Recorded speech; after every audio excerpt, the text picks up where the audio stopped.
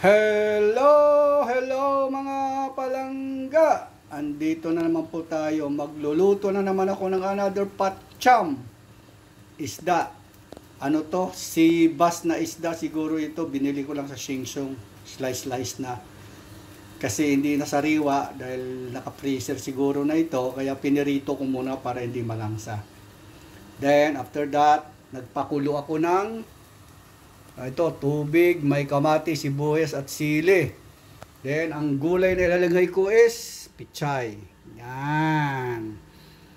Kaya ngayon, dahil kumukulo na, pwede ko na itambog.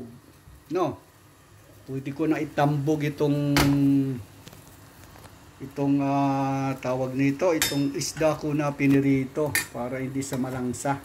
Ano ko lang naman, wala konti ng mantika. Basta matanggal na yung langtsa. Then pakuluan ko lang siya ng konti dahil malambot naman yung isda. Luto na siguro ito.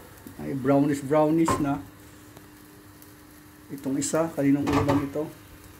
Kay Monggo pala ito. Hindi sa akin yan. So ito na. So kumukulo-kulo na siya, di ba? Santayin ko na lang siya na magiging maganda pa ang kanyang kulo. Pero mga another 5 minutes na kulo, pwede na yan dahil malambot na yung kamatis sibuyas ko eh. At yung itong siling berde, okay na rin. May amoy na eh. Smell good. Napakasarap ng amoy. Amoy sariwang-sariwa. After that, pag okay na siya at pwede nang ilagay ang pichay na gulay, kunting kulo na lang, talo-talo na.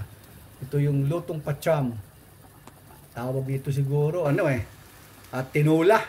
Tinula na rin siguro doon, may siling berde.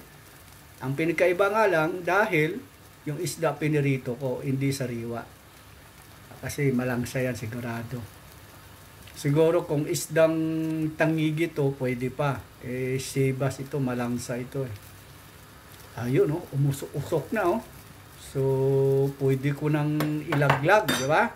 Pwede ko nang ilaglag itong, di ba? Ito.